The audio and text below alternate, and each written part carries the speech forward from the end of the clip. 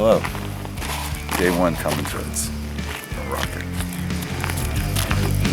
I was born in search of being me. Cactus, the big cactus. You're gonna look at that cactus. You're gonna think about it for a second. So this journey began 3 years ago. I was listening to a song. It impacted me the way music does. And I was left with a vision of a young girl and her desire to find her grandmother. A multi-generational story of 3 women, a young girl, her mother, and her grandmother. It's not like William just to want to do something easy the first time. William wants to do something that's challenging and that is thought-provoking, and it was just really time for him to want to express his creativity, and as he likes to say, he wanted to paint his Picasso. We'll have that.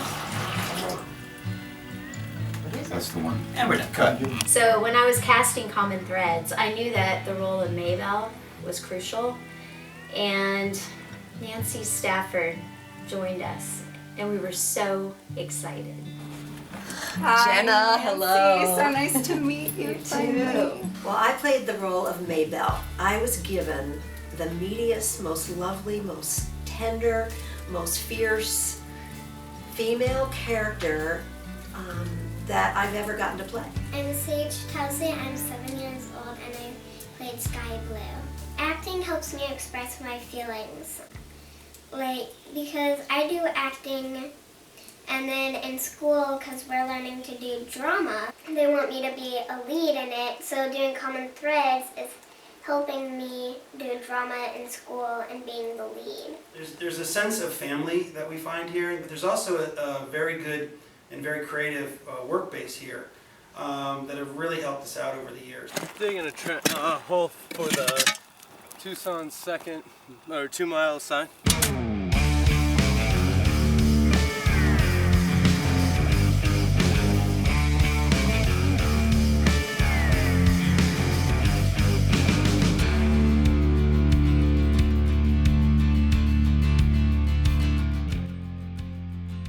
I'm prepping the camera package. And what does that mean?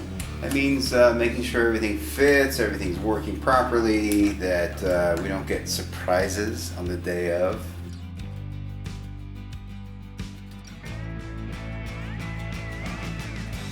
I'm in Arizona. You are? What part of Arizona? Yes, we will. Tucson. Well, she's doing You are? it, Did so you just get here? it's awesome. Yes. Good. Shortest flight I've ever been on. The one hotel that has probably been our biggest supporter and our kind of go-to place is the Casino del Sol. We get a warm feeling when we pull into the place. Our presenting sponsor is Visit Tucson, and we're so blessed to be great friends with Allison Schultz, the VP of Marketing at Visit Tucson. So I called Allison, told her what we were wanting to do, told her about the story, and she said, send me the script. And I think the next day she called me back and said, I love it. Yeah, I just be like right here. Get your stuff going. I'm just gonna wait till Mark gets here. Yeah. And have him look at it. Yeah, he's supposed to be early too because he's got the slate. So I told him. Shockley? And if you can even go lower to catch that doll brink. He will. Yeah. Okay. So when you're ready, just let me know. Working with William Shockley has been a learning experience. I've done mostly theater than television and film, so first thing that I experienced working with William is his high level of enthusiasm and positivity. Well, we're aging down Sky's ragdoll to make it look like it's 20 years old, and as if Cassidy had played with it for a long time. Now a second generation owns the doll, Sky, and Amy McCroy here, our property master, is doing a brilliant job. You know it's a beautiful doll that's been handed down from your mommy, her mommy. So that's perfect. So I play Cassidy Blue in Common Threads, and Cassidy is a lost soul, to say the least. Never done a period piece, and it's always been something I've dreamed of doing. So when I got the opportunity to play a character in the 1880s, I was thrilled. I played the Reverend Weston in the Common Threads film, and got to be evangelical for a little bit and save some souls. But rather be transformed, be exalted. When I first read the script, it's like, oh, that's not so linear. This happened here, and now that's causing this, and oh no, look at this. And then it wraps up with, what it wraps up with, I read that and I went, can I be involved, please? Please, you know, yes. Okay, corny but true. I'm a little goosebumpy thinking about the ending because it's just so good. And what I also loved about this brilliant writing, it's very sparsely written, and every word is important. William Shockley, my goodness, what an amazing director. And the way this is filmed is cinematic and beautiful and languid, and it looks like a multi-million-dollar project. This was a man that I wanted to work with and be around all the time. I loved that. And I loved that he believed in his work that he penned himself so much, and that I believed in it as well after I read it. It was a story that I wanted to play lawyer to. I co-wrote the script with Eric Brooks, and Eric is a brilliant, meticulous screenwriter. It quickly became a passion project where we saw the possibilities of this not just being a short film, but we actually have a well thought out plot structure for both a standalone feature or something that could hopefully springboard into a series. I know people have not seen anything like this, a period piece that's so raw and... Do we need this kind of material in the home? Yes. If I had a big sign that said yes, and another big sign that said yes. I am the second assistant cameraman, which means I am here just in case the first one goes down, whether it's like a rattlesnake or scorpion that gets to him. It's good to have spares. William has a very avid Dr. Quinn Medicine Woman following. I was starstruck when I first met him because I was thinking, you know, this is Hank from Dr. Quinn Medicine Woman. With the simply incredible support of Judith Schodel, she became our executive producer. Dustin Reichert, my partner in Team 2 Entertainment, produced. Justin Kreinbrink was a producer. T.U. Logie was a producer.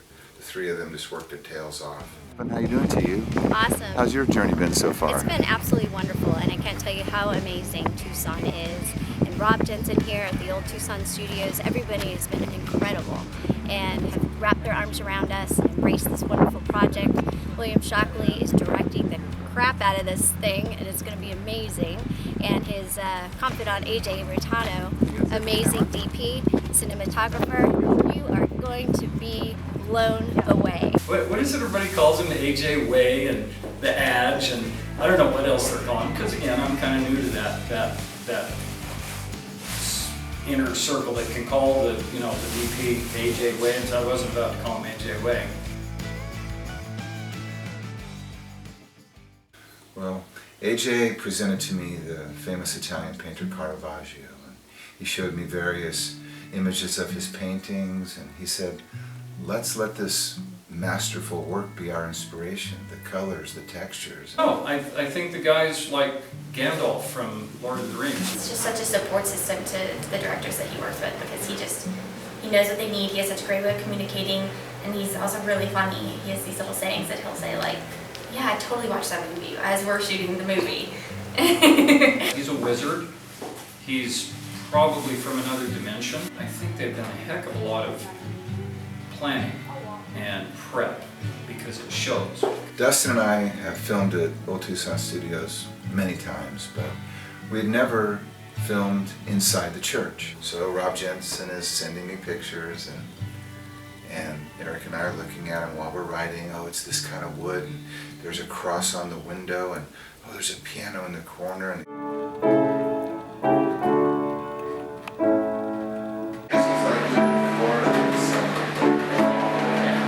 hey, what's up? What are you doing? Oh, you know, making things happen.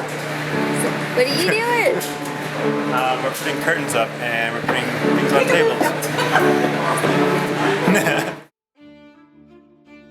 When I was turning around the candle on a little white tablecloth thing, I accidentally almost knocked over it but I think Sky would probably do that. But it was kind of a happy accident. So tell me what it's like to be a badass cowgirl. I guess how anybody feels to be a badass at something.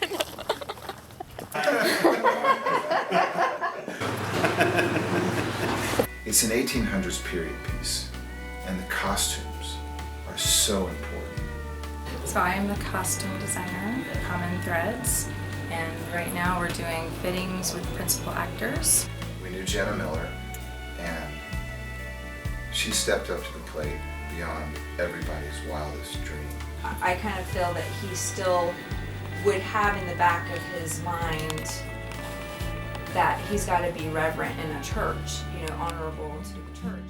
I thought she just bought the costumes from the store, but I couldn't believe that she actually made the costumes. I made all of them, even all of the underpinnings, which is the undergarments, the petticoats, and the chemises, and the corsets that the women would be wearing. As you can see, they are unreal. I don't know how she pulled it off in a short amount of time. Started about a month ago on this project for this film and took about a month's prep to get ready for this. Half of this process, the joy of it has been the costumes that I got to wear.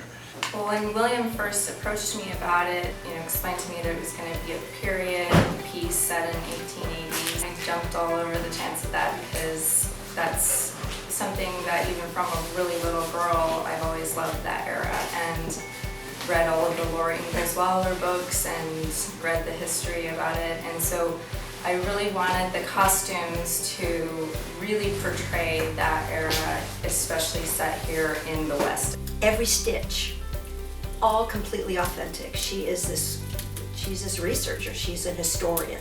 I had a lot of knowledge base of my own just from growing up immersed in that culture. Then to make the film just really as historically accurate as I could, I went straight to the source. Tried to dig up as many of the archival photos from specifically Arizona in 1887. Okay, so Jenna, awesome from Wardrobe, was talking to me about doing the hat for Nancy. And of course my response is, you do what you need to do. I'll adjust. It's all good.